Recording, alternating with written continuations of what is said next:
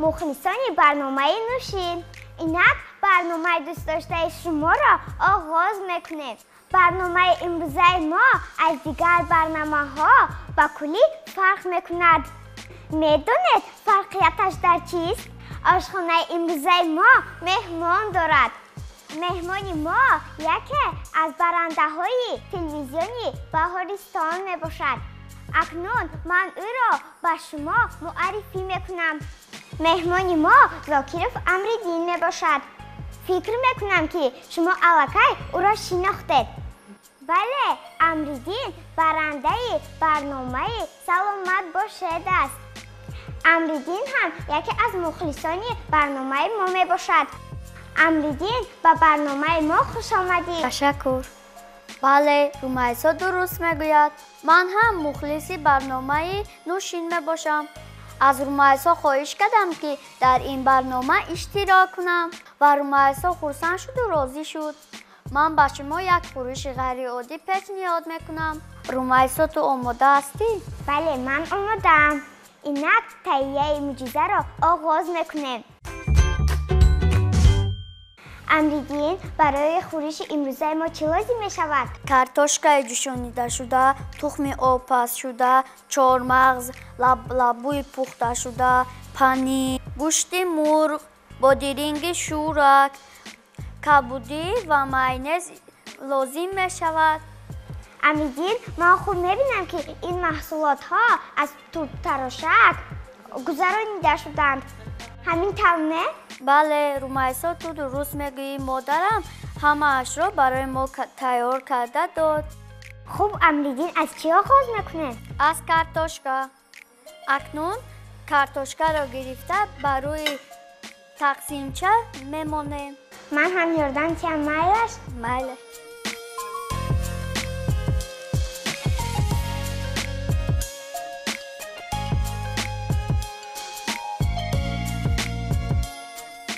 این را تنو کردن لازم است؟ البته. امردین، تو در صنف چند میخونی؟ من در صنف چهارم میخونم. با بهای چند؟ با بهای 4 و 5 میخونم. آفرین.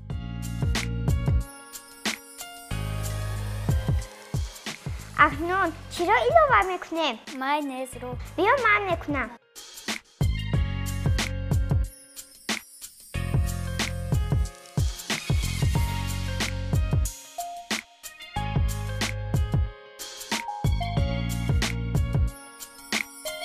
کفایت.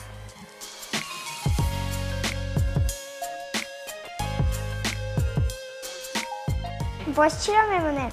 تخم آبپز شده.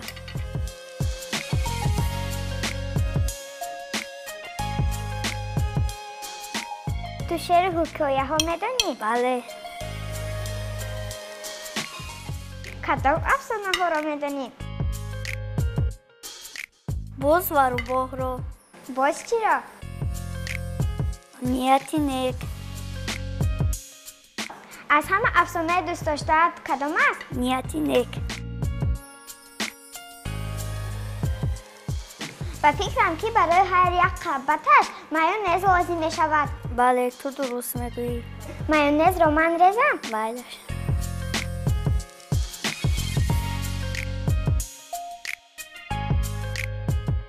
کفایت؟ بله.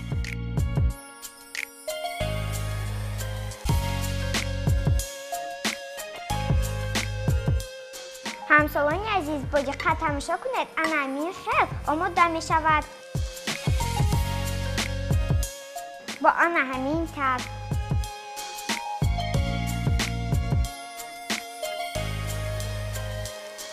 خوب، مایونز را آمیخته کردن لازم است.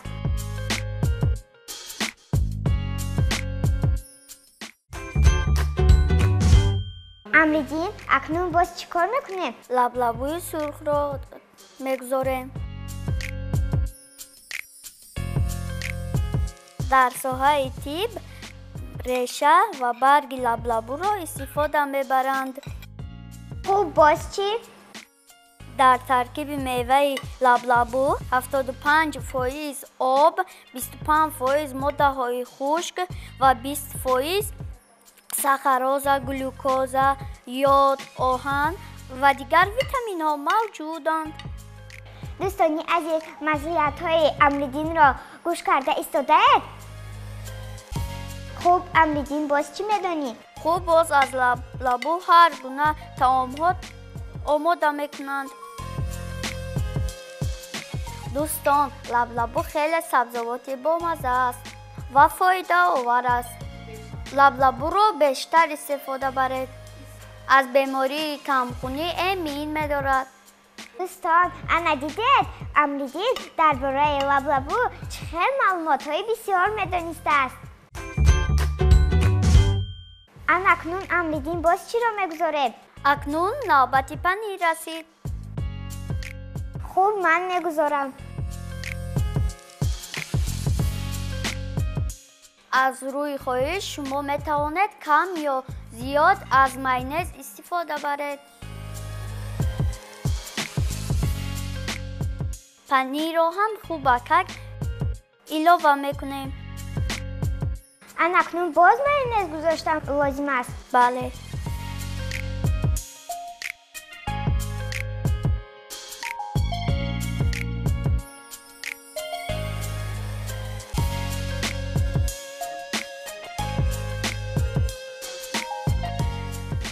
رومیسا کفایه است. مایونز زیاد ضرر دارد. ولی من مایونز را خیلی دوست می‌دارم. وای خوشمزه است. رومیسا تو درست میگویی، این بامزه است و بسیارش ضرر دارد.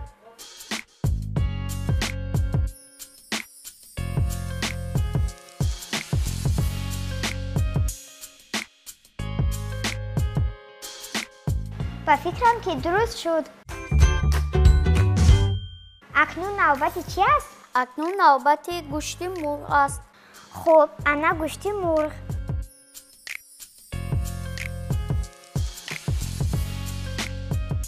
گوشت مرغ را علاوه کرده به هر طرف تقسیم میکنیم. مایونز هم علاوه میکنیم.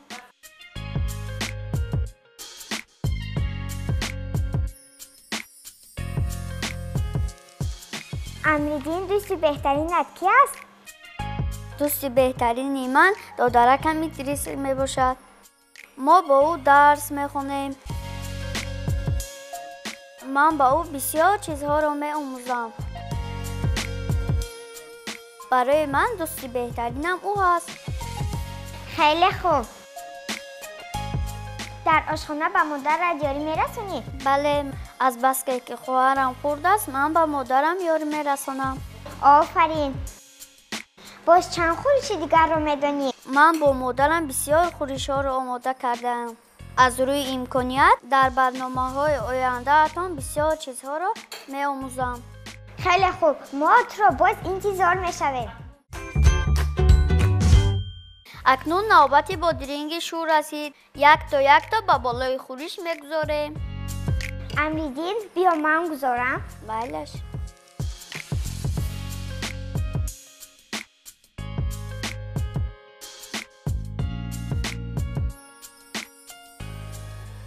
من درست گذاشته ایستادم. بله تو درست گذاشته ایستاده ای. رومیسا از همه سبزیجات دوست داشته تو کدام است؟ از همه سبزیجات دوست داشته من سبزی می باشد. چرا سبزی؟ در ترکیب سبزی ویتامین های خیلی زیادن. در آینده من میخواهم که دختری خوشقد و قامت باشم. خیلی خوب رومیسا. سبزی به سبزیش قد مدد میرساند و بر ضد هر گونه کسلی های گوناگون مبارزه میبرد. آب سبزی برای کودکان شیرمک اهمیتی کلان دارند و به عضو بصیره قوت میبخشد. خیلی خوب امریدین. من هم از سبزی یک معجزه دارم. حالا در آخر برنامه نشان میدهم. خوب شده است رومیسا.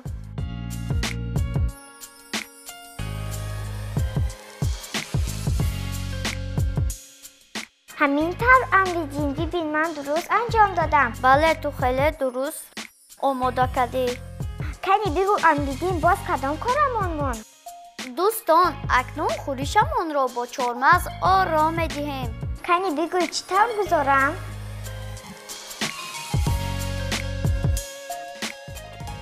انا اکنون در قبط‌های پودری این خیل می‌گذاریم. اکنون شد من وای طرفش را خودم میکنم. خیلی خوب رومیسا مرحمت بکن. رومیسا من تقسیمچه های خالی رو این طرف می‌گذارم. مایلشان می‌دیم. انا اکنون تو آق را دادن گیر.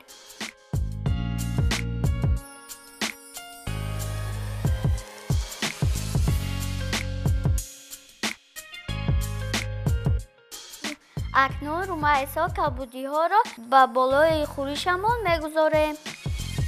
انا این طور میگذاریم.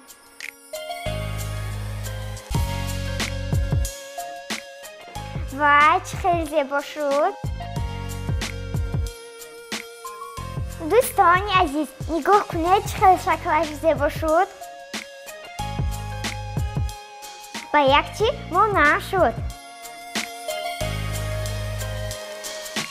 حالا امریدین کارش را تمام کند و پورگی میبینیم.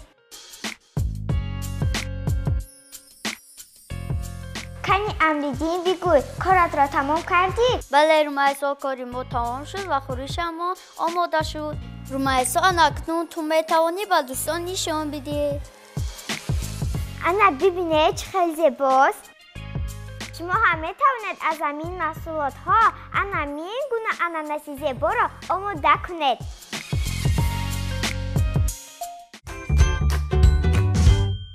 امریدین من هم برای تو یک معجزه دارم. کنی ببینیم این چی بوده است؟ انا امریدین اینش به تو اینش از من. رحمت. مادرم از سبزی و ما افشوره آماده کرده است. یک بار بیچش این افشوره خیلی بامزه است. کنی بیچشم چی بوده است؟ خیلی بامزه. رومیسا تو درست میگویی خیلی بامزه. من از این افشوره قریب که هر روز استعمال میکنم. اکنون دوستانی عزیز من به شما درباره سبزی معلومات میدهم. خوب گوش کنید.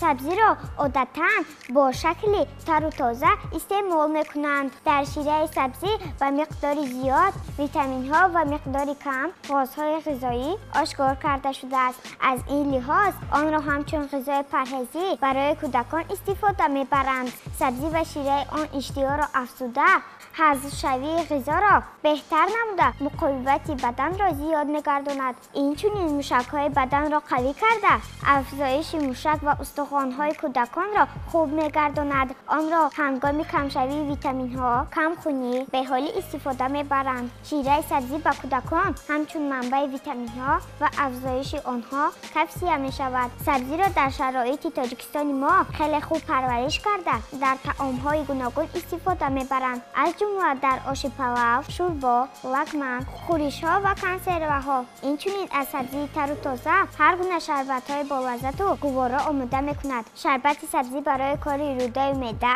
خیلی فایده خوب میرساند. اگر ما تیز از این نمود شربت استفاده ببریم سالم و بردم کلان میشویم.